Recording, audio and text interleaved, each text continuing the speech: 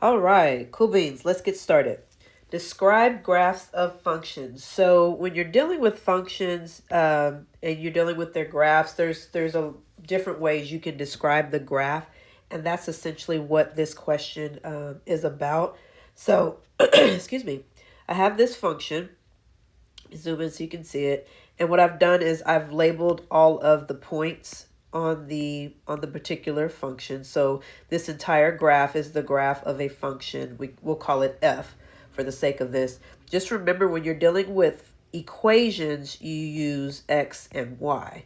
But when you're dealing with functions, you use x and f of x. So I want you to remember that y and f of x represent the same thing. It's just these are with equations, okay? And this is when you're dealing with functions. That's the only difference, but they pretty much kind of work the same way, okay? So let's just go through and start answering these questions and describing the graph, okay? So the first one says the domain of f, and then you have the range of f, and then the x-intercepts and the y-intercepts. Remember, your domain of domain of f represents the x values. It means what are all the x values that can exist on this particular function. And then your range, they represent the y values. What are all the y values that can exist on this function? And you explain these in terms of intervals. So when you're talking about the domain, you're going from left to right. And when you're talking about the range, you're going from bottom up, okay? So the domain, you're going from left to right. And then when you're talking about the range, you're going from bottom up. And you do intervals. So interval notation, meaning your parentheses or your brackets, okay? Because this means certain values are included. Sorry, I wrote that ugly. Included, and then not included, meaning it's not included on the function, okay? So for the domain, if we look at our graph, clearly it continues going this way, right? So we know we're going to start from negative infinity, and we keep going this way, and we keep going this way, because this part of the graph is going to continue to rise. We don't know how far it goes, but it is going to continue to rise in that direction. So it looks like every x value is going to be touched on this particular graph. So we're going from negative infinity to positive infinity. Now I have to write that with parentheses because I don't know where negative infinity stops. I can't say it's included because I don't know what it is, right? To positive infinity. Cool beans? Easy? All right. The range. Remember, the range is bottom up. It's what y values are touched. Well, if you notice, this particular graph kind of starts here and then it goes up, right? It never hits -2, -3, -4. It never hits these values. So if I say the range is where I go from bottom up, well, where do I start? Yeah, here. I'm starting at y equals -1, and the graph continues going up and up and up and up. But you're like, well, what about this part? This part is, yeah, that part is constant, but this part of the graph continues to go up. So the graph starts from y equals -1, and it keeps traveling. We don't know how far, positive infinity. Okay, makes sense?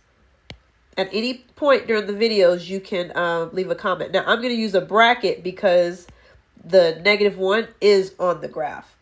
You see that? So I'm going to say I'm going from -1 to positive infinity. That's my range because I don't know where positive infinity is. Okay?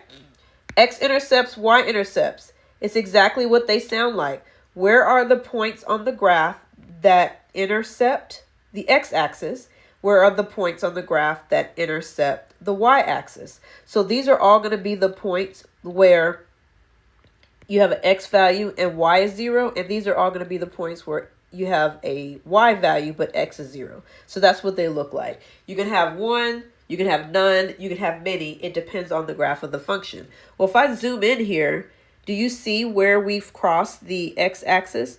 We crossed the x-axis here, and we crossed the x-axis here. So we've crossed the x-axis at x equals 4 and at x equals 2. So those are our x-intercepts. So sometimes you'll say, you can write it like I crossed it at x equals 2, or you could write that as the point 20. It depends on how they want you to enter the answer.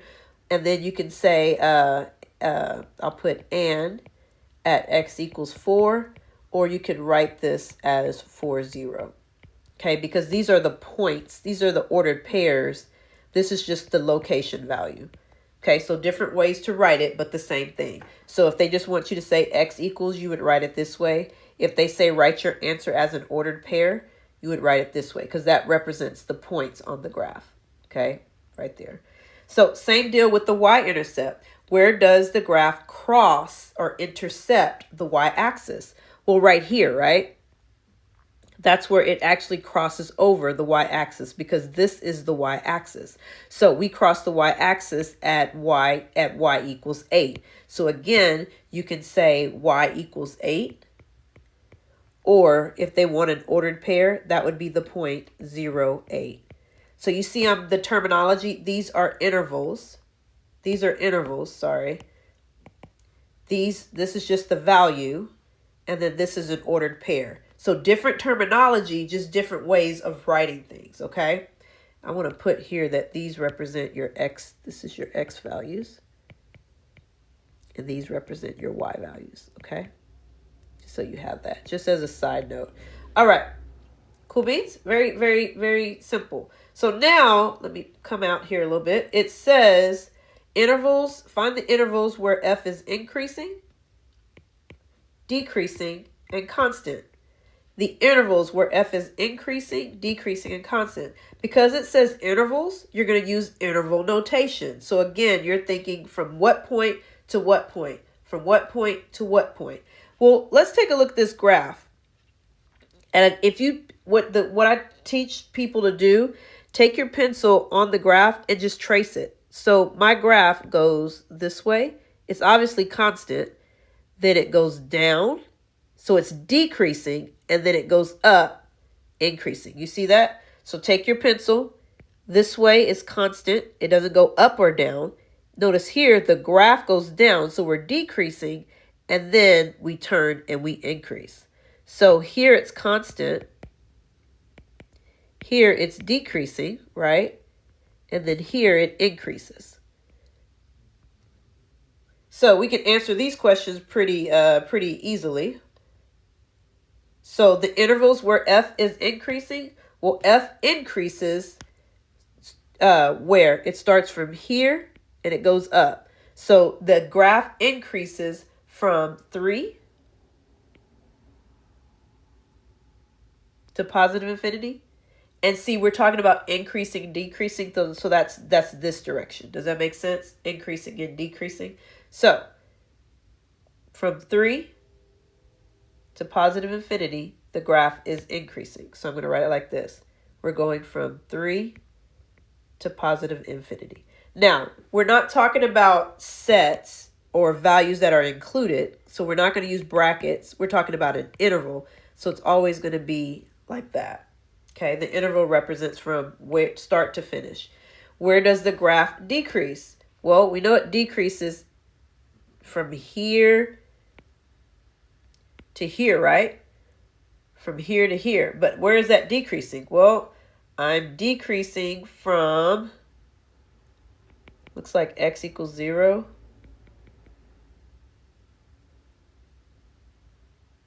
to 3. Yeah. So the graph decreases on this interval. So from here to here, the graph decreases. And then what? From here to there, the graph increases. Yeah. Yeah. So from here to here, see how the graph increases? And then from here to here, the graph is decreasing. So we decrease from x equals 0 to x equals 3. Okay. So from 0 to 3, the graph decreases. All right. And then we saw where the graph is constant. It's constant right here. So from what? What is that? So from negative infinity to 0, right? So from negative infinity to 0, the graph is constant because it doesn't go up or down. So from negative infinity, that looks like an 8. So from negative infinity to 0, the graph is constant. Easy? Cool beans. So these are just different ways that we're describing the graph. We're just describing what the graph looks like. Okay. I think there was some more. Yep. Okay. Now these talk about the locations of the relative maximum and the relative minimum. So a graph has a relative maximum when it's like the lowest, not maximum, sorry, the highest point, the highest location on the graph would be the relative maximum.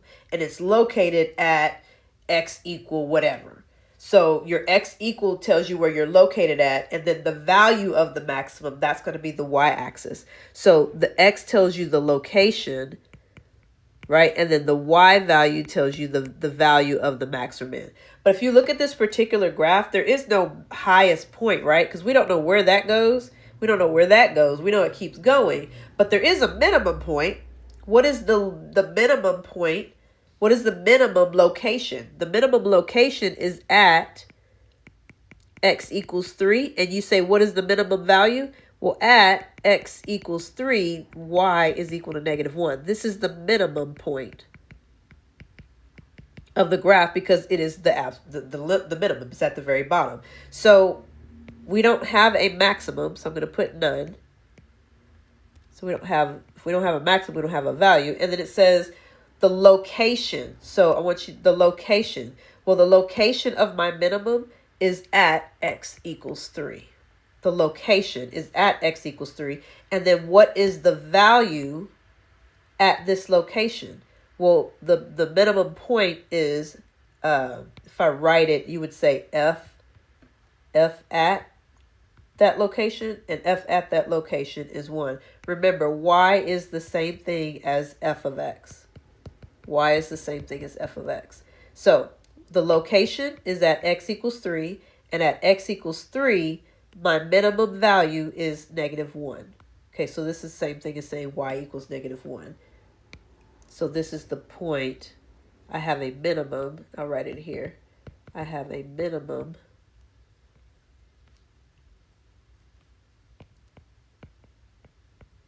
of -1 at x equals 3. So that's how you would write that. Cool beats? Okay. This one says evaluate the function at -3. So this represents x. So when x is -3, right here, when x is -3, what is the y value? Right here, 8. So when x is -3, y is 8. Okay, when x is -3, y is 8. And remember, y is the same thing as f of x. Okay, so this represents y. So y at x equals -3, it's 8. Okay, and then this question says, what are the values for which f of x is equal to 3? What are the values of x where y is equal to 3? Well, where's y equal to 3 on the graph? Y equal to 3 on the graph is right here, right? That's the line y is equal to 3. So what are the excuse me, what are the x values at that point? Well, let me zoom in. Y is equal to 3. So it looks like it crosses here and it crosses here, which corresponds to 1 and 5. Okay, so let me dot that. So when x is 1, y is 3, right? And when x is 5, y is 3. So when it says the values for which f of x is equal to 3, you're going to say f of 1 is equal to 3, or I'm going to say x equals 1. And then I'm going to say f of 5 is equal to 3, or x equals 5. So basically you're saying when x equals 5, y is 3. When x equals 1, y is 3. And we saw that by going to the graph, because this is the line y equals 3. Okay? And remember, y is the same thing as f of x. All right. Okay, this last one here, it says, is the function even, odd, or neither? Well, they give us a graph. If you can split the graph, with the y-axis, meaning the y-axis would literally split the graph in half, then it would be an even function. And then if you could split the graph sideways here through this origin point, then it would be an odd function. Well, as you look at this graph, we can't do that. But if you forget what that means, that's okay. There is a rule that says, and I'll write it here. If it's an even function, then what you say, you check it this way. You say if f of negative x is equal to f of x for all x, then it's an even function. And then to check if it's odd, you would say if f of negative x is equal to a negative, like that, then for all x, you would say that it's an odd function. So it has to work this way for all x, okay? It has to work for all x. So let's check. So we did this, you see how we did this f of 3 here? So let's just do it that way. So I'm gonna say, okay, does f of negative 3 equal f of 3? And then I'm going to say, does f of negative 3 equal the minus of f of 3? Remember, y is the same thing as f of x. So whatever x value in there, you get a y out, okay? So if we go to the graph and we say, let's find f of negative 3. F of negative 3, we said, was 8. So when x is negative 3, y is 8. So f of negative 3 is 8, right? And f of 3, when x is 3, y is negative 1. When x is 3, y is negative 1. So does 8 equal negative 1? Nope. So not even. If it doesn't work for one x, because see, it has to work for all x, so you can just say it's not an even function. Not even function. Okay, let's check for odd. So we know that f of negative 3 is 8, because we already found that. And we know that f of 3 is negative 1. So it's going to be like minus 1. So there's 8, question mark, equals 8's not equal to 1. So it's not an odd function. Okay, so this is going to be neither. Cool beans? Let me know where you have questions.